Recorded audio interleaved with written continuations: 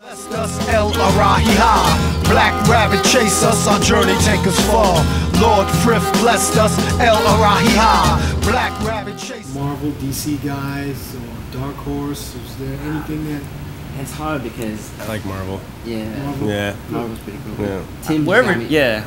Yeah, well, Tim just got me into comics, like, through the whole Comic-Con thing, and now, so I have a lot to catch up on. Very good. So currently, right now, I'm reading Chew, that I literally just bought here at Golden Apple. Actually, we were there, and the writer of Chew was like, "You didn't hung," and then we left, and I was like, "Dude, that guy writes this red comic called Chew." He's like, "Really?" I was like, "I guess that's so funny." Yeah. Good. So about that, and The Walking Dead.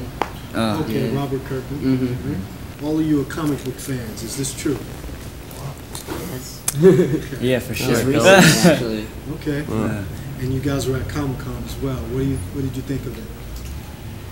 I didn't get to make it to Comic Con, but these guys. Yes. Yeah. Well, you were there. We were all there. Yeah, I was there in spirit. Yeah, thanks. Tim, you take it away. I mean, I've been wanting to go to Comic Con ever since in second grade when my friend was like, "You got to check out this Wizard magazine. There's this cat named Jim Lee. He's Asian. You know, you better read his comics or you better."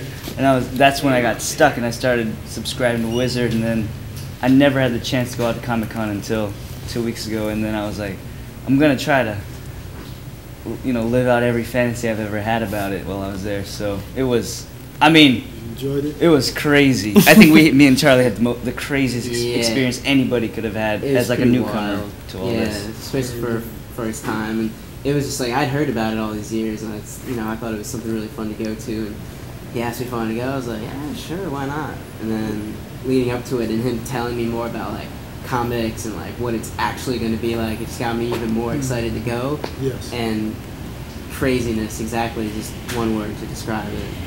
I bought a lot of art when I was at Comic-Con, like all the illustrations and everything, so that inspired me to try to bust out of my little shell and try to do something artistic in that, but definitely like a little comic or a little graphic novel. Just It's always going to create a little creativity, if you will. Yeah, this conversation just came up when an actress I know, I don't know her, but I know of her, made a comic with her likeness and just sold the rights to make it into a movie, and that made me want it. I was like, what a great idea.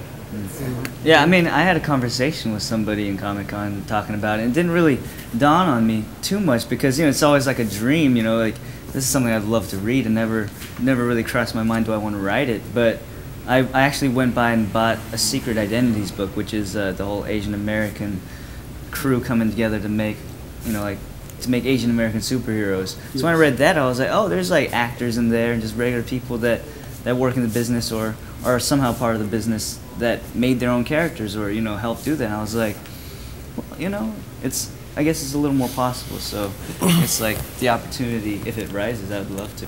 Have you ever been to Golden Apple before? This is my favorite spot. My first time being here.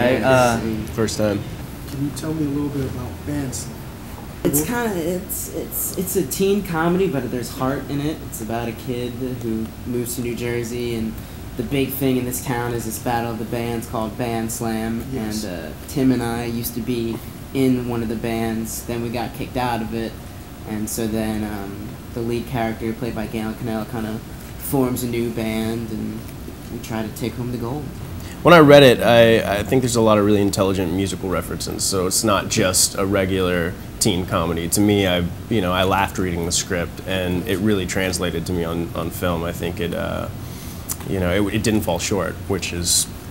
But our soundtrack for Band Slam is like cool music that our parents are probably listening to, so that even like legitimizes that cool factor even more. To Charlie, I heard you have a new film coming out, one involving Joel Schumacher, the other Peter Jackson. Can you tell me a little bit about them? Yeah, the Peter Jackson one is called The Lovely Bones, and it's based off the novel Lovely Bones. Directed by Peter Jackson, Susan Sarandon, Mark Wahlberg, Saoirse Ronan. AJ Michalka, Ali's sister, who's in Band Slam with us. Okay.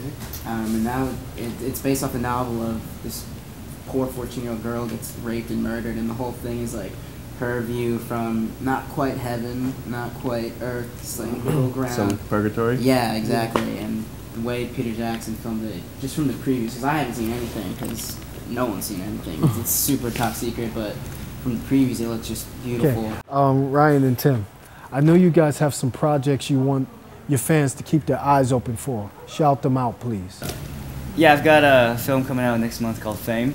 Yeah, I have a movie that's gonna have a small release, and it's gonna start in Texas, and then I think Louisiana and Tennessee, called Cook County. Tim and I started a project together after the movie. It was quite a bit after the movie, but yeah, it sort of fell yeah. at the right time. Yeah. The stuff Tim and I are doing together, I kind of took like an electro feel with kind of hip hop, almost based rhythms, but rock based guitars and heavier stuff like that. And Tim kind of added his punk influence, I would say. Yeah, I grew up on punk, and while we were doing our project, I was listening to a lot of 80s, so a lot of like Hall & Oates and everything. I had a whole mixtape of things my friends made for me. Yeah. Well, I grew up as a child model, and it was terrible. I got made fun of everyone. So for like a good 10 years, I hated cameras, anything like that. But I did a play, and I was like, I think this is what I got to do. So I fought my parents, about acting for about 5 years, and moved out here, and they accepted it. Okay. I'd always wanted to. I grew up playing drums, so music was always a big influence to me, and I got my first gig in Aruba playing drums, and that's when I finally decided. I was like, okay, I could do this. I could be an actor if I want to, and led me out. Yeah, acting was just, it wasn't like when I was young, obviously it wasn't like, this is what I meant to do, this is what I was put on this earth to do. It was just something that I did, and an audition got me out of school for that day, and I was psyched about it. Exactly, right? So if you got a job, you wouldn't have to go to school that day, so I thought that was cool. But then I started playing drums when I was 8, and then the bass when I was 13, and then a little bit of guitar, so I always knew something in the creative field of music or in acting, something I would like to do.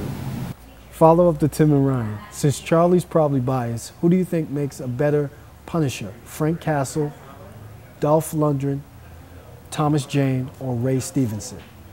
I'd have to do some research there and really think about that one. Because the Punisher too, that was one of my favorites too. Yeah. I mean, I read a Wizard when they were making Punisher. There's a picture of Thomas Jane sitting there like this. Yeah. When I saw that bicep, I was like, this guy is like, To Charlie, congratulations on the success of Hung and HBO's decision to bring it back.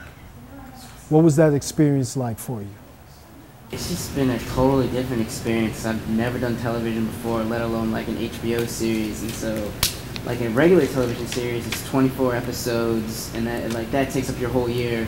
HBO, it's like 10 to 12. Oh, I'm sorry, regular television show is like 24. HBO is like 10 to 12, so you shoot for about 3 months and then you're free, you got nothing to do for the year. And they're really liberal with just saying, yeah, go shoot a couple movies if you want, just make sure you come back to us when it's time for season 2, How can your fans get in contact with you, reach out to you? Twitter, Facebook, MySpace, whatever. I have a MySpace, either just Ryan Donowho or Ryan Donowho Music, which our stuff will be up on. Twitter, just Tim Joe or Charlie Saxton. Yeah, but we've also we share Twitter, our character Twitter. Yeah, our characters in Band Slam, we're kind of like the dynamic duo. So we share we'll update it once in a while as our characters, and they're both just pompous, egotistical maniacs. So that's pretty funny. Signing out, Percy Carey, MF Grimm. Thank you. See you next time. Slow it up, speed it up, now you're gonna eat it up. I'm slow it up and speed it up, now you're gonna eat it up. I slow it up, speed it up, now you're gonna eat it up. Listen to the funky fresh rhyme as I beat it up. When it come to trust, angels say I should try and persuade me that they're good. I see through shenanigans.